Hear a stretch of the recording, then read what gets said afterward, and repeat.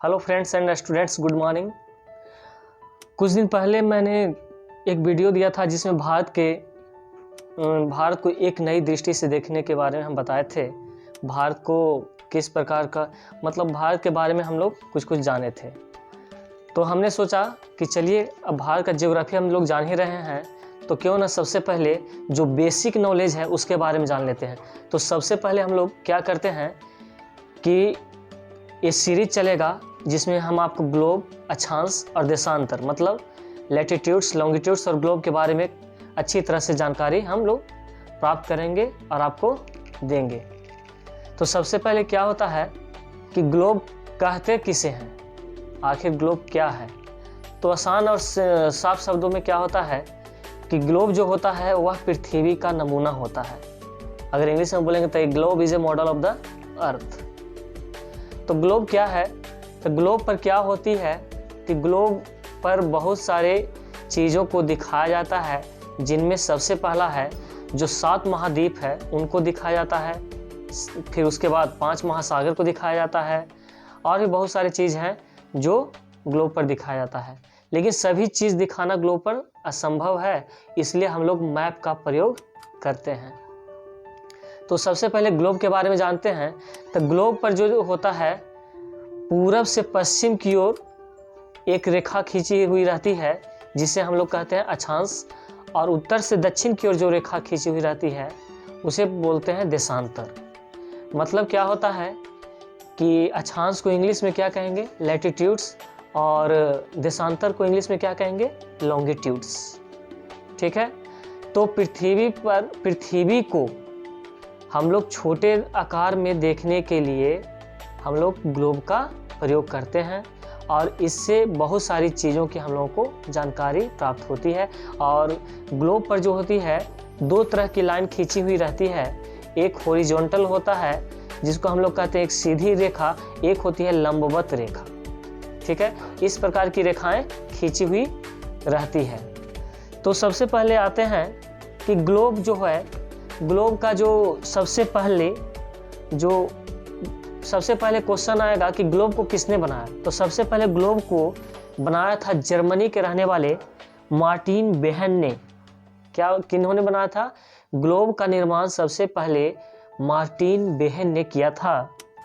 और उसके बाद फिर क्या होता है कि ग्लोब जो है, ग्लोब को समझने के लिए हम लोग क्या करते हैं, उसको 2 बराबर भागों में बांट देते हैं। तो जो ऊपर वाला होता है नॉर्थ और नीचे होता है साउथ, और उसके दाएं तरफ ईस्ट और बाएं तरफ वेस्ट। तो ऊपर वाला जो आकार होता है और उसको बीच से डिवाइड करता है इक्वेटर, जिसको हम लोग कहते हैं भूमध्य रेखा या विषुवत रेखा। तो क्या होता है कि ऊपर वाले भाग को हम लोग कहते हैं नॉर्थर्न हेमिस्फीयर, और नीचे वाले भाग को, इक्वेटर से नीचे वाले भाग को जो साउथ में है उसे हम लोग कहते हैं साउथर्न हेमिस्फीयर। तो आप लोगों को इतना चीज समझ में आ गया होगा। आगे चलते हैं कि पृथ्वी की विभिन्न, आखिर ग्लोब का निर्माण क्यों किया गया है। तो ग्लोब का निर्माण इसलिए किया गया है ताकि जितने भी पृथ्वी की विशेषताएं हैं वे हम लोग ग्लोब के माध्यम से जान सकें, इसलिए ग्लोब का निर्माण किया गया है। ग्लोब पर किस तरह का जाल बिछा हुआ है। तो ग्लोब पर लंबवत तथा ऊर्ध्वाधर रेखाओं का जाल बिछा हुआ है।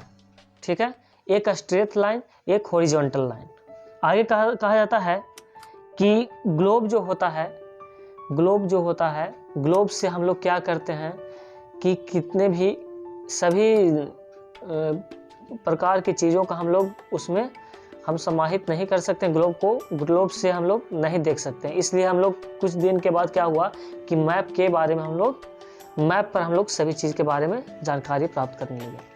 तो सबसे पहले अब आते हैं हम लोग, तो ग्लोब जो होता है वह क्या है, ग्लोब का काम क्या है। तो ग्लोब जो होता है वह सभी जितने भी पृथ्वी पर हैं, सभी महाद्वीप, सही महासागर को सही आकार और सही स्थिति में दिखाने का काम किसका होता है, ग्लोब का होता है।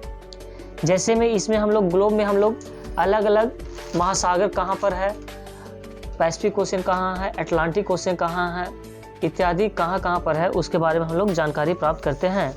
हम लोग जानते हैं कि पृथ्वी पर 7 महाद्वीप हैं और 5 महासागर हैं। तो ग्लोब के आप लोगों को समझ में आ गया होगा कि ग्लोब के सबसे ऊपरी छोर को हम लोग क्या कहते हैं, नॉर्थ पोल, और नीचे वाली छोर को कहते हैं साउथ पोल।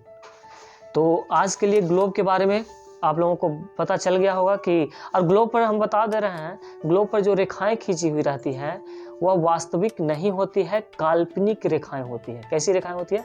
काल्पनिक, मतलब इमेजिनरी लाइन जिसको कहते हैं। इस तरह से पृथ्वी पर जो होता है, बहुत सारे बच्चे समझते हैं कि जैसे ग्लोब पर खींचा हुआ रहता है लाइन, उस तरह से पृथ्वी पर भी खींचा हुआ है, लेकिन ऐसा वास्तविक में नहीं है। पृथ्वी पर किसी प्रकार का कोई रेखा नहीं खींचा हुआ है। हम लोग ग्लोब के माध्यम से पृथ्वी पर क्या किए हैं कि काल्पनिक रेखा खींचे हैं। ग्लोब को अच्छे से समझने के लिए काल्पनिक रेखाएं खींची गई हैं। तो ग्लोब के बारे में आज के लिए बस इतना ही। अगले वीडियो में हम फिर मिलते हैं, जिसमें आपको अक्षांश देशांतर के बारे में खूब डिटेल से हम उस पर चर्चा करेंगे। तो अगले वीडियो का वेट कीजिए। लाइक, शेयर और सब्सक्राइब करना न भूलिए।